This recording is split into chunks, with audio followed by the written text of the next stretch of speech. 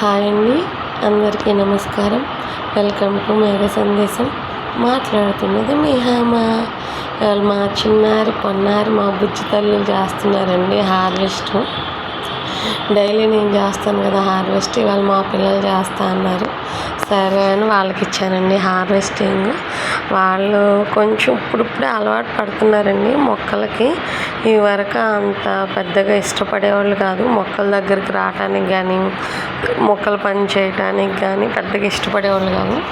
ఏదో వచ్చి వాళ్ళకి కావాల్సిన ఒక 4 పూలు ఏవో కోసుకుని వెళ్ళిపోయేవాళ్ళు అంతే. ఇప్పుడిప్పుడే కొంచెం కొంచెం అలవాటు పడుతున్నారు. కొంచెం ఇంట్రెస్ట్, దాని మీద ప్యాషను అంతా పెరుగుతుంది. సరే, ఫస్ట్ ఏంటంటే అండి, మనం పిల్లలకి మొక్కలు పెంచడం వాళ్ళకి ఇష్టం కలగాలి అంటే ఫస్ట్ వాళ్ళని గార్డెన్కి తీసుకొచ్చిన తర్వాత మనం ఈ పని చేయి ఆ పని చేయని మనం చెప్పకూడదు. వాళ్ళు ఏ పని చేయడానికి ఇష్టపడుతున్నారు అనేది మనం ఫస్ట్ గమనించాలి. వాళ్ళు ఏ పని చేయడానికి ఇష్టపడుతున్నారో మనం ఆ పనే చేయమని చెప్తేనే తర్వాత మనం ఏ పనులు చేయాలి ఏంటి అని సలహాలు తర్వాత ఇవ్వాలని నా ఉద్దేశం అండి. అందుకే మా పెద్దమ్మ అయితే ఇప్పుడు మీరు చూసారు కదండి బ్యాంబూ బాస్కెట్స్, అవి బాగా బాగా ఫేవరెట్ అండి మా అమ్మాయికి. ఇదివరకు కొయ్యటానికి అంత ఇష్టపడేది కాదు, ఇప్పుడు బాగా ఇష్టపడుతుంది ఆ బ్యాంబూ బాస్కెట్స్ తీసుకొచ్చిన తర్వాత. ఇది ఉసిరి చెట్టు అండి, దగ్గర దీని ఏజ్ అండి ఒక 30 years ప్లస్ అండి. దానికి వేలాడిన నేతి బీరకాయలు చూసారు కదండి, మేమైతే ఇంట్లో ఒక 2-3 తిన్నామండి. మిగతా అన్నీ ఆ చెట్టు మీదకి వెళ్ళి కాసినాయండి. ఇంకా అవన్నీ నెక్స్ట్ మా ఇయర్ మనం బాడీ స్క్రబ్బర్స్ గాను సీడ్స్ గాను యూస్ చేసుకుంటామేనండి. మీలో ఎంతమందికి తెలుసండి మన నేతి బీరకాయ పీచుని బాడీ స్క్రబ్బర్స్ కింద వాడుకుంటారని? మన పూర్వకాలంలోనండి అవే బీరకాయ పీచుల్ని బాడీ స్క్రబ్బర్స్ కింద వాడుకునే వాళ్ళండి. బాడీ కూడా బాగా క్లీన్ అవుతుందండి. నేను అవి కాయలు కింద కొంత ఈ మే నెలలో అండి కాయలు రాలి కింద పడిపోతాయి. అప్పుడు నేను అవి బాడీ స్క్రబ్బర్స్ కింద ఎలా వాడతారో ఏమో కూడా మీకు వీడియోలో చూపిస్తాను, చూద్దురు. కానీ క్యాలీఫ్లవర్స్ యాక్చువల్గా వింటర్ సీజన్లో పెట్టాలండి, కానీ నేనేమో వింటర్ సీజన్ అయిపోయాక, అంటే మీరు ఆల్రెడీ ఇంతకుముందు వీడియోలు చూసుంటారు, ఫిబ్రవరి 1st వీక్లో పెట్టానండి. ఇంకా మామూలుగా మనకి పండే పంట కాదు కదండి క్యాలీఫ్లవర్ అనేది, చల్లగా ఉండే వాతావరణంలో పండే పంట. మనకి వాతావరణం వేడిగా ఉంటుంది కదండి, అందుకని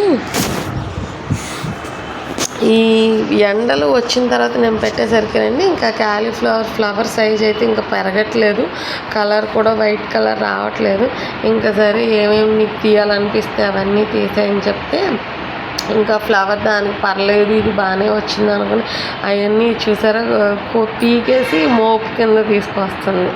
ఎందుకమ్మా జస్ట్ ఒక పువ్వు సెంటర్లో ఇరిస్తే చాలు అయిపోద్దమ్మా అంటే అసలు పిల్లలు మన మాట ఎందుకు వింటారండి? వాళ్ళ డైరెక్షన్లో వాళ్ళు చేసుకెళ్తారు కదా. ఒక్కో ఆకు మొత్తం అన్నీ తీసిందండి.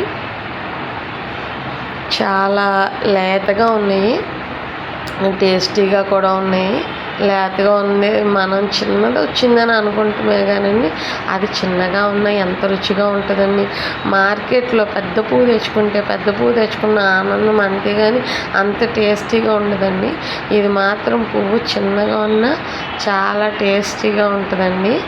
ఎంత రుచిగా ఉంటుందంటే అంత రుచిగా ఉంటుంది. అసలు ముందు రోజు ఫామ్కి రాలేదండి మేము, ఏదో కొంచెం వర్క్ ఉండటం మూలంగా, అందుకని మందారాలు అలా ఉండిపోయినాయి. ఇంకేం చేస్తున్నానంటే దాని క్యాలీఫ్లవర్స్ హార్వెస్ట్ చేస్తున్నాను కదా, నేను మొక్కలకి వాటరింగ్ చేసుకుంటున్నాను. ఇప్పుడు మేమేం చేస్తామంటే అండి, మాకు డైలీ రొటీన్గా ఫస్ట్ మేము రాగానే చేసే పని ఏమైనా ఉందంటే అండి, దేవుడికి పూలు పొట్టకి కూరగాయలు కోసుకుంటామండి. అవి తర్వాత వేరే పని చేస్తామండి. మా పిల్లలు వస్తే ఇంకా నాకు హార్వెస్టింగ్ చేయించి వాళ్ళకి మొక్కల గురించి ఏదో ఒకటి చెప్పేసరికి నాకు టైం సరిపోతుందండి. వేరే ఫామ్ వర్క్ చేసేంత టైం ఉండదు. వాళ్ళకి ఇలా చేయండి అలా చేయండి ఆ డైరెక్షన్స్కి ఇవ్వటానికి సరిపోతుంది. నేను ఒక్కదాన్ని వస్తే మాత్రం కలుపు పీకటం కానీ, మొక్కలకి మడులు చేయటం కానీ, ఏదైనా కొంచెం ఫామ్ని బాగు చేసుకుంటాం కానీ అలా కుదురుతుందండి. మా పిల్లలతో వస్తే మాత్రం వాళ్ళకి డైరెక్షన్స్ ఇవ్వటమే సరిపోతుంది. ఇది మేము వచ్చింది ఈవినింగ్ 5కి అలా వచ్చామండి. సాయంత్రం పూట సంధ్యాదీపం పెట్టుకుంటాము కదండి, అందుకని విచ్చుకున్న పూలు కోసుకున్నామండి. అవేమో సాయంత్రానికి ఉపయోగపడతాయి, మొగ్గలేమో తెల్లారి పూజకు ఉపయోగపడతాయి కదా అన్నట్లుగా మొగ్గలు పువ్వులు రెండు కోసాము. మా అమ్మాయి అయితే ఆ ములక్కాడని ఒక కర్రలాగానే ట్రీట్ చేస్తుంది. కోసావు కదమ్మా చాలు పక్కన పెట్టంటే అస్సలు ఇది నేను కోసుకున్నాను నా ములక్కాడ అంటుందండి. అసలు లాస్ట్ ఆల్మోస్ట్ వెళ్ళేదాకా తన చేతిలోనే ఉందండి. ఆ ములక్కాడని అయితే వదిలిపెట్టలేదు. మా ములక్కాడ ఎంత టేస్ట్గా ఉంటుందంటే అండి, హైబ్రిడ్ వెరైటీని అండి, నాటు వెరైటీ కాదు. అసలు నాటు వెరైటీస్ ఏవి అంత బాగా రావండి. ఇది హైబ్రిడ్ వెరైటీని. అది బాగా తయారైతే మా ములక్కాడ బాగా తయారైతే దగ్గర దగ్గర 400 నుంచి 450 గ్రామ్స్ అలా ఉంటుందండి ఒక ములక్కాడ. నా హ్యాండ్ కన్నా ఇంకా బాగా వస్తుందండి. చాలా టేస్టీగా ఉంటుంది, ముదరదు, గుజ్జు కూడా చక్కగా ఉంటుందండి. ఇదేదో తోటకూర అండి, నాకు తెలీదు, ఇంకా తీసేసాను. చూడటానికి అంత సాటిస్ఫైడ్గా అనిపించలేదు. అలాంటి తోటకూర మొక్కలు చాలా మొలిసినట్టు తీసేస్తున్నానండి. ఇంకా మా పిల్లలు మందారాలు, గులాబీలు అలాంటివి కోయమంటే కోస్తారు.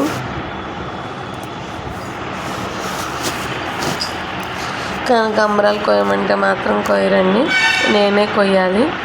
ఇవన్నీ లాస్ట్ ఇయర్ పెట్టిన కనకాంబరం మొక్కలండి. కొన్ని పూలు అయితే పోస్తున్నాయి, ఒక మూర పూలు దాకా వస్తున్నాయండి. చాలా హ్యాపీ అండి. ఇంకా పూయాల్సిన మొక్కలు కూడా చాలా ఉన్నాయి, కానీ మనము పెట్టిన ప్రతి మొక్క బ్రతకదు అనడానికి ఈ కనకాంబరాలు ఎగ్జాంపుల్ అండి. నేను దగ్గర ఒక 100 మొక్కలు పెట్టి ఉంటానండి, కనకాంబరం మొక్కలు. ఎందుకంటే కనకాంబరాలు అంటే నాకు అంత పిచ్చి అండి. కానీ 100 మొక్కలకి ఒక 25-20 బ్రతికినట్లు ఉన్నాయి అంతేనండి. ఎందుకంటే మీకు ఆల్రెడీ చెప్పాను కదండి ఇంతకుముందు వీడియోలో, మాకు ఇదివరకు బోర్ ఉండేది కాదు, మోటారు నేనే కొట్టి పోసేదాన్ని అని చెప్పాను కదండి. లాస్ట్ ఇయర్ సమ్మర్లో మోటార్ లేకపోవడం మూలంగా చాలా మొక్కలు చచ్చిపోయినాయండి. ఇంకా మోటార్ వేయించుకున్న తర్వాత పెట్టుకున్న మొక్కలన్నీ ఆల్మోస్ట్ అన్నీ బ్రతికినాయండి.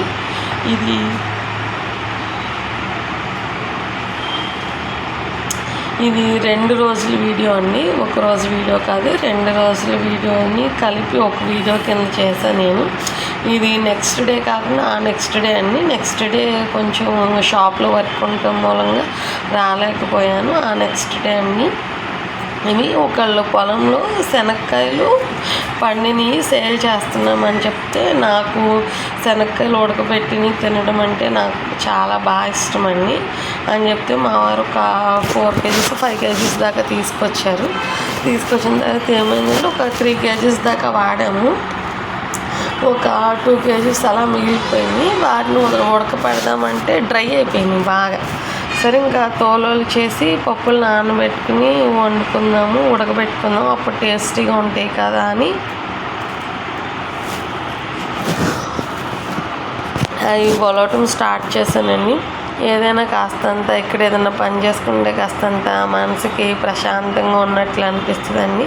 ఆ ఉన్న 2 గంటలు ఇక్కడ ఏదైనా ఒక చిన్న రూమ్ లాంటిది వేసుకుని ఒక రోజుల్లో ఇక్కడ స్పెండ్ చేయాలి, వీక్లీ వన్స్ అయినా అని నా కోరిక అండి. మరి దేవుడు కరుణిస్తాడని అనుకుంటున్నాను. చాలా హ్యాపీ అండి మొక్కలను పెంచుకుంటుంటే కలిగే ఆనందం. అది నేను మీకు చెప్తేనో మీరు నాకు చెప్తేనో తెలిసేది కాదండి. ఆనందాన్ని ఎవరికి వాళ్ళు సెల్ఫ్గా పొందితేనే తెలుస్తుందండి. ఆ పువ్వును అలా కోసి అలా దేవుడి పాదములకు సమర్పిస్తే వచ్చే ఆనందం వేరండి. నేను మొక్కల్ని పెంచాలి అని పిల్లలకి ఎలా నేర్పిస్తానో అలాగే దేవుణ్ణి పూజించాలి అని కూడా చెప్తానండి. వాళ్ళకి మొక్కలు పెంచడం ఎలా దగ్గరుండి నేర్పిస్తానో దేవుడి దగ్గర పూజ చేయటం కూడా అలాగే నేర్పిస్తానండి. ఇప్పుడు చూసారా శనక్కాయలు ఇందాక నేను ఒలుస్తున్నాను. మా అమ్మాయికి నేను అలవమని చెప్పలేదండి, తనే వచ్చి కూర్చుని ఒలుస్తుంది. మన పిల్లలకండి మనం చెప్పాల్సిన మనం ఏ పనులు చేస్తే పిల్లలు కూడా మన వెనకాల అయ్యే పనులు చేస్తారండి. నేను ఒలుస్తానని చూసి తనే వచ్చి కూర్చుని ఒలుస్తానండి. అంతే, మనం చేసింది మన వెనకాల వాళ్ళు చేస్తారు అంతేనండి. అసలు ఆ గడ్డి చూసారా ఎంత గట్టిగా ఉంటుందంటే అండి, మా నేల పొడిగా ఉంటే చిన్న గడ్డిని కూడా మనం పీకలేమండి, అంత గట్టిగా ఉంటుంది. అందుకే నేను ఏదైనా మొక్కలు పీకాలి అని అనుకుంటే అలా చేతితో ఒక పైప్ పట్టుకుంటాను. అలా పైప్ పెట్టుకుని ఆ మొక్క మొదలు వాటరింగ్ చేసి మొక్క పీకుతా. అలా పీకితే మాత్రమే నేను మొక్కలను పీకగలనండి, లేకపోతే వర్షం వచ్చినప్పుడు. అంతేగాని మామూలు ఎండగా ఉన్నప్పుడు చిన్న గడ్డి మొక్కను కూడా మనం పీకలేమండి, ఎంత బలంగా ఉంటుందోనండి. ఒక్కోసారి అనిపిస్తుంది ఈ పిచ్చి మొక్కలకు ఉండే బలం మామూలుగా ఉండే మంచి మొక్కలు ఉంటే ఎన్ని కాయలు వస్తాయో ఎన్ని కూరలు వస్తాయో అని అనిపిస్తుందండి. ఫ్యూచర్లో ఈ కలుపంతా పోయి అన్ని మంచి మొక్కలు పెరగాలని కోరుకుంటున్నాను. దాని వంతుగా నా వంతు ప్రయత్నం నేను చేస్తూనే ఉన్నానండి. మీ గార్డెన్లో కూడా ఇలాగే కలుపు విపరీతంగా వస్తుందా? ఆ కలుపుని కంట్రోల్ చేయడానికి మీరేం చేస్తున్నారు? ఏమైనా సలహాలు ఉంటే కామెంట్ సెక్షన్లో తెలియజేయండి. నేను కూడా కలుపు తీయడానికి ఆ చిట్కాలను పాటిస్తాను. ఓకే, బాయ్ అండి. మరొక మంచి టాపిక్తో మళ్ళీ కలుద్దాము.